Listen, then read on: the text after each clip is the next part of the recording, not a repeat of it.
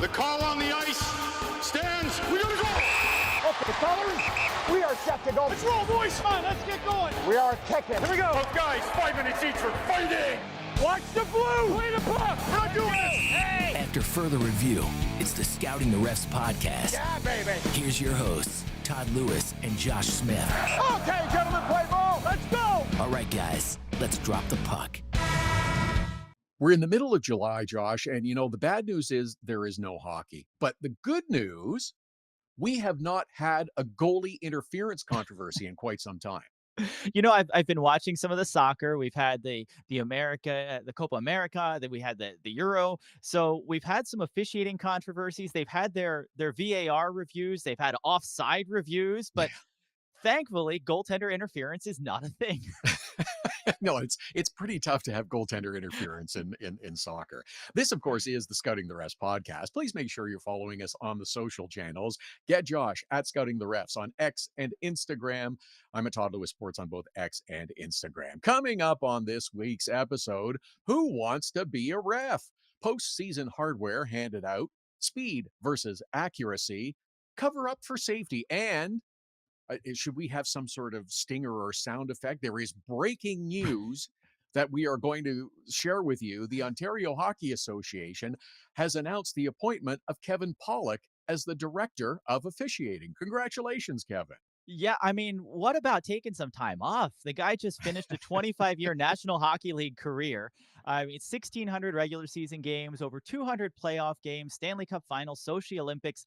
A huge resume, and the guy doesn't even take a summer off. He's right back to work with the Ontario Hockey Association. So, I mean, good for the organization. They get that experience, all that knowledge, that great background coming in to help their officials. But Pollock, I mean, I hope you get to take at least a little bit of a summer vacation here. Well, yeah, the Stanley Cup playoffs and final and everything ended a while ago, so he's had a little time. Although he was maybe brushing up his resume and LinkedIn profile to get this gig, don't you think? You know what? I don't think he had to, Todd. He was kind of a shoe in there. He's got some background with the OHA. His dad, Clark, was an OHA referee in the 70s, the 80s. So I think Pollock is well known around those circles, and I think he'll be warmly welcome to step in and help. They've been doing a ton of good work at the OHA level. Even I guess. Wonder if he was involved in it, but they did do an officiating camp earlier, I guess before Pollock joined, to just kind of beef up their ranks and try to identify folks who they might want to bring on board or to get started in officiating. So like the moves they're doing there to try to develop those officials, it's great to see. And of course, having somebody like Kevin Pollock on board, high profile and tons of experience to bring to those camps.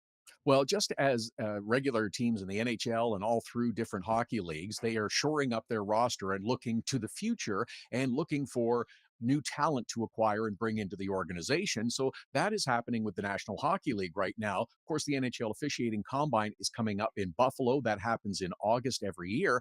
But they are searching the world for new officials because there's a European Combine going on at the moment. Yeah, it's pretty cool. The second year they've done this over in Budapest, Hungary, and it's a Summer Exposure Combine. It's, you know, they're looking for potential NHL officials. Obviously, we've had very few that have made the jump from Europe to North America. Obviously, we've got a few. We've got one right now. We've got a linesman who's been here for a few years, making it full time. We had Marcus Vinterberg, who came over for a few years and went back. Evgeny Romasko came for a few years and went back. So always looking for those guys who might be ready to make the jump, as well as to leverage NHL experience, NHL background, NHL skills and coaching to help develop those guys over in Europe. They're working their leagues there. They're working international hockey. So you bring together 60 officials from 17 countries and you give them NHL resources like Stephen Walcom, the director of officiating, Al Kimmel, who heads up scouting and development, and Mike Lego, who's an officiating manager, spent plenty of years in stripes on the NHL ice as well. Give these guys some opportunities to work with the NHL crew, learn how they can improve as officials. It's great for them. It's great for those European leagues who are now getting the benefits because these guys will be working across those leagues and working internationally at IIHF events. And then maybe the NHL finds a few folks, which it looks like, Todd, they have, because coming out of this camp, they've extended a few invitations to have 3 of the officials come join the NHL Combine in August. Gergely Gebe from Hungary, Carolyn Butt from Germany, and Cyril Debouche from France. exciting for them. You're doing this camp in Europe. Now you get invited to Europe, to North America for the actual NHL camp. Huge opportunity, and great for everybody involved. But really cool to see the NHL involved internationally in these types of programs. As you say, it helps their experience, even if they do not eventually make a move over to the National Hockey League. It's great experience for their own leagues, for international hockey and the like. So, since we're so big on wagering, is the next European referee coming to the NHL before the first female official? Maybe that should be a prop bet. That's an interesting one. I don't know. I wish I knew a little bit more about what the holdup is or what the challenge is with some of the Euro officials, because there have been some amazingly talented skaters, some great officials who we've seen work international tournaments, who've worked IIHF events, who've worked the Olympics, that for one reason or another just haven't crossed the pond to come to North America. So the talent's there. But then the same thing on the women's side. We've seen the female officials who've worked both in Europe, both at international events, and then in the ECHL or the AHL. So I don't know, Todd. I think if I'm betting on this, I'm betting on the women in the AHL. They're getting that North American experience. They're getting that constant exposure and feedback from NHL level coaching and administrators. So we could go either. I'd love to see both for this Yes. upcoming season. We've got some spots to fill. We've got some opportunities at the NHL level. So it'll be interesting to see. But no, I think with the women that we've seen working in the American Hockey League, I think they're close. Okay, well, they're behind the times, so they should be there now. So, all right, some good news as there are more jobs for officials. The ECHL will have more two referee games coming up this season, and I know the players will appreciate that. Or if you're a conspiracy theorist, you think that this is an effort to to target the Florida Everblades so they won't win another championship. I don't know. You know what? They seem to do well regardless of how many referees are on the ice. So I'm not going to vote against them here. And look, the ECHL has done a great job going from the three-man system to the four-man crews. They've been able to expand it to all their playoff games, starting with the finals there, and then expanding to the conference finals, and then expanding it to the entire playoffs. So they've been slowly increasing it. And it's not something you could just flip a switch for, because you've got to be dependent on the officiating pool. You have to have enough referees to step in, to have two men to work every game, to know that you've got the right people on the ice. These are people who are qualified to make decisions, and that they're in a position to succeed. So doing 25% of the games during the regular season, which is where the ECHL has been, bumping that up to 50%. It's great for the teams. They get the four-man crew, and it's great for the officials because now you have more referees developing. We already had two linesmen, but now you get more referees that get that opportunity to get those ECHL games under their belt, potentially increasing the pool to move up to the AHL, and then increasing the pool that could move up to the NHL. So love to see it. I know cost is a concern, cost, travel. It's something that is not an easy burden to bear at the ECHL level. So super excited to see that they're able to do this. I know they've been doing a lot of movement from, we talked about it last time on the podcast, some of the officiating oversight, the development that's going on, and now going to 50% with the four-man crew. I think that's the right move. It's the logical way to implement this Yeah. system too. This is what the NHL did when they went to two referees, as it took a period of time to get to that level. So it's good news for the ECHL, and as you mentioned, hopefully moving up to the American Hockey League and beyond. Some postseason notes from the American Hockey League. Postseason hardware. The Michael Condon Award in officiating was handed out. Referee Shaun Davis, the recipient. Congratulations again.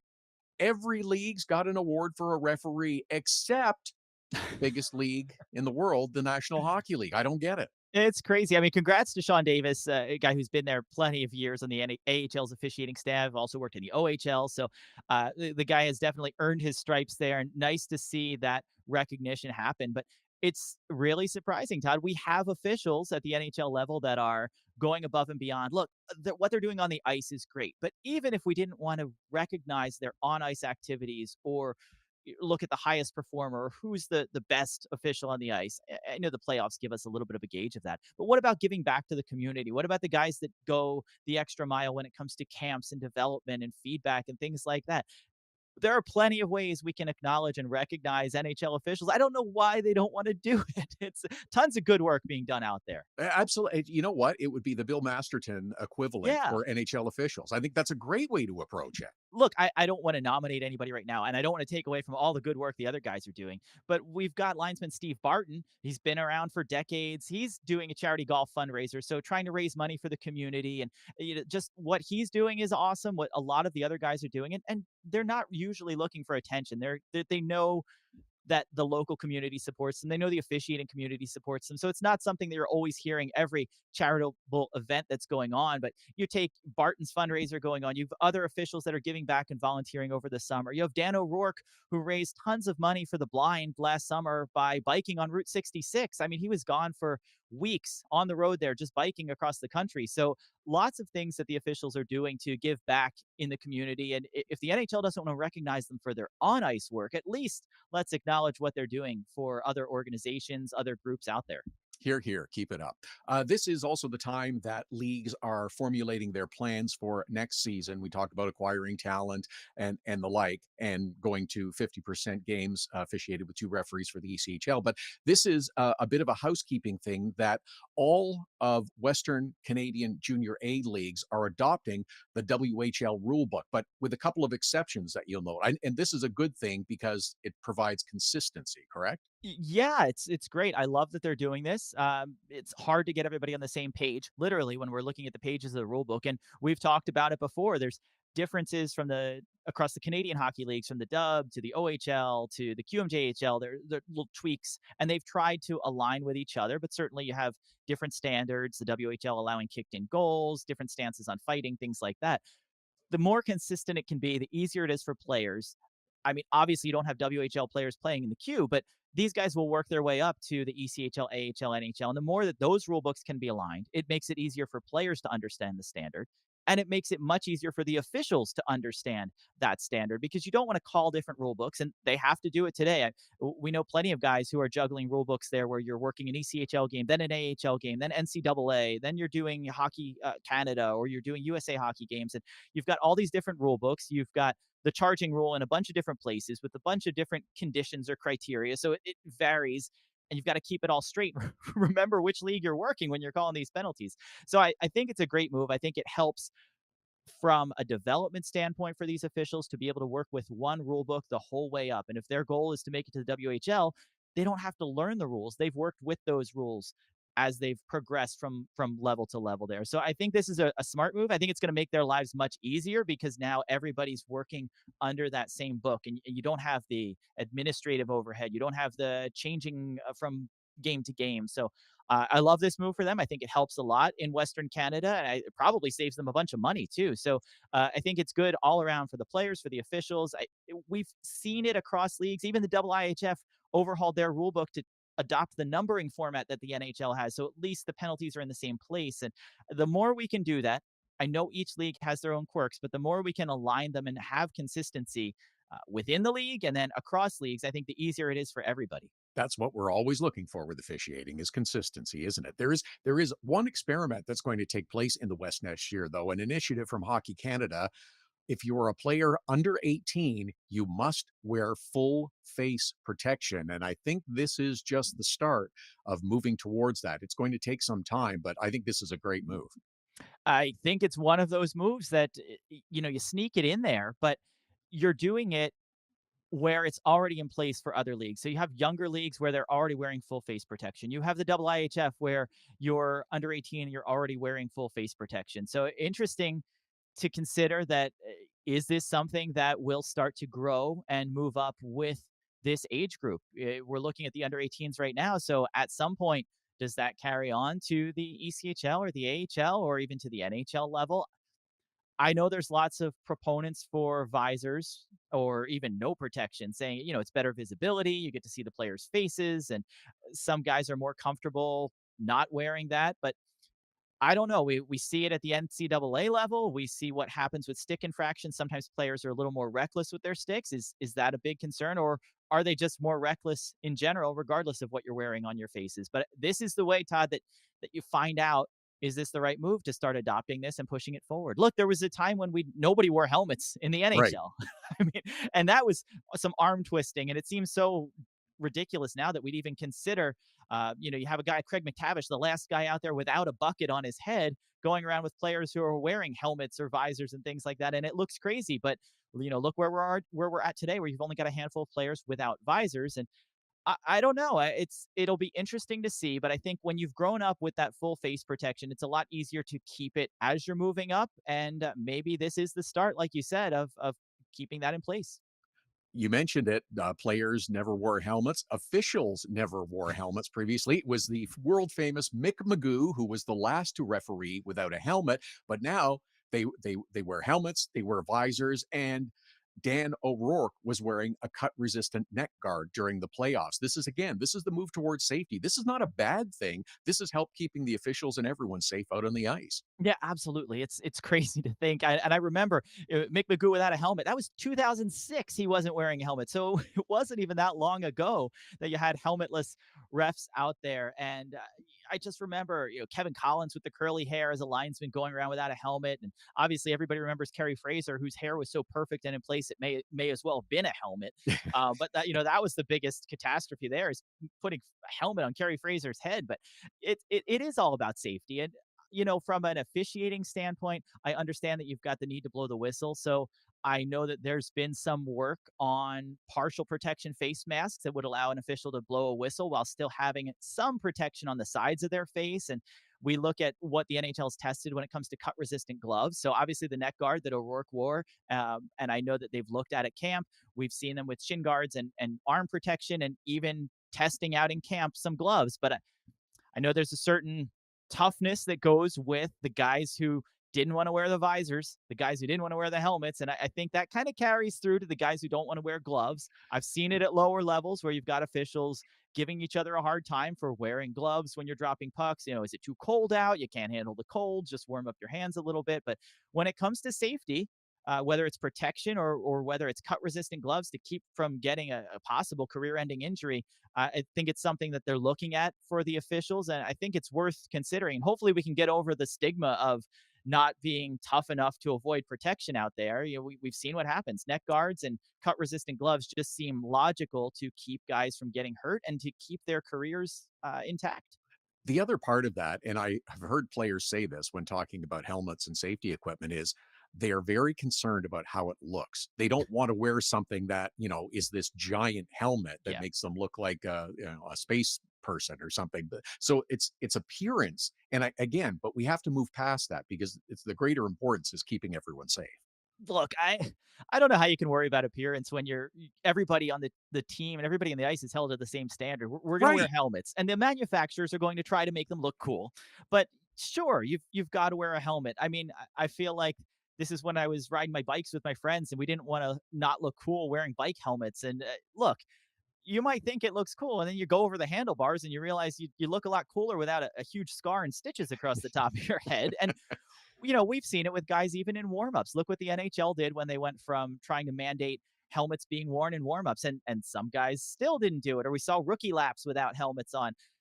You've got that balance between marketing the players and seeing their faces, and then the player safety side of things. But if we're worried about looking cool out there, I think we need to get past that, especially because it's not just about the NHL players looking cool. It's about the guys at the lower levels. It's about these guys playing junior A and the under 18 players that we don't want them to be like, I need to look cool like this NHL guy because he looks cool and he's not wearing a visor, so I don't want to wear a visor. We need to get rid of that because you want to set the right example for players at lower levels, and you want to put safety ahead of looking cool. And yeah, maybe it sounds like an old guy rant here that it's so obvious that safety is more important than looking cool. And I understand when you're a teenager, you're a young guy, you're trying to make sure you're looking good out there. But you know what? It's hard to look cool when you're injured or when you're getting hit in the face with a puck, things like that. So hopefully they can find that balance, or at least understand that there's a lot of other things that make you cool playing hockey other than the helmet that you were wearing on your head.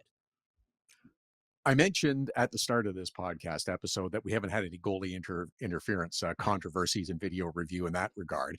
But there's an interesting piece from the Hockey News that talks about video review and the balance between getting the call right and the speed with which that call is made. I don't think anybody wants to have video review go on for 5 minutes, 7 minutes, 8 minutes. I'm not sure what the record is. I would have to go and look that up, but it's pretty lengthy. But until you get past the point of, okay, this is how we're doing it, the call being made correctly is the right thing. I think you have to put up with the occasional long video review. I think you have to decide if the point of video review is to get more calls right or to get all the calls right. If you're okay with getting some wrong and you want to put a time limit on the review and say we're going to give you 30 seconds to review it, you're going to get calls wrong. And that's a standard that the NHL does not want to adopt. They committed to, if we're going to do video review, we're going to do it until we get it right. And I think, when we looked at it, I want to say, Todd, 4 or 5 minutes is the longer ones we've seen. We may have had one go 7 minutes, but it feels long, especially when it's your goal that you're waiting to see if it's going to count or not, or you're a fan who just celebrated the goal and then the other team's challenging it and you're holding your breath to see if you can celebrate. I'll be honest, that's my least favorite part of it, the coach's challenge. I love that we're getting calls right. I think it's a good fail safe, but the idea that you have to hold your breath after every goal that's scored and you're cheering, but you're also watching to see if the coach is going to challenge it and if it was offside or if it was possibly goaltender interference, and then you don't know. So the idea of that unbridled joy celebrating a goal kind of gets wiped out. But if it's getting wiped out, if we're going to have to wait for the review, then I think I want them to get it right. I don't want to give the linesman 30 seconds to review a call or give them just the footage at full speed to say, hey, look at this full speed, and then the broadcasters are going to break it down, or Twitter is going to break it down. They're going to look at every angle and slow and as frame by frame as they can get it. And they're going to say, well, you still got the call wrong. So I think the NHL's got the right approach. If we're going to review it, we're going to get it right. I know it's painful to do, but look, if I'm the team who's going to possibly benefit or be punished by this, I want to make sure you're getting the call right. And I might not agree with it, but I don't want a time limit on there. I don't want something on there that's going to prevent your ability to get it right. Now, that being said, I think the NHL's gotten faster. The situation room's looking at those types of plays as soon as they're happening on zone entry. So they're not waiting for the challenge. They're reviewing the goal as soon as that puck crosses the line, possibly before, because they flag every zone entry. So it's possible that they're already looking at that offside before a goal is even scored, but certainly before the coach challenges it. So I think they're doing a better job. I think technology is allowing them to shorten the reviews, but I don't know. I'd rather wait for a longer review that gets it right than have a quick review process that gets it wrong. Good stuff, man. Way to work. Get in the box. It's the Scouting the Refs podcast. Read more at scoutingtherefs.com. Follow Scouting the Refs on Twitter, Instagram, and Facebook. Email the show at heyref@scoutingtherefs.com. You're good, Michael. Subscribe.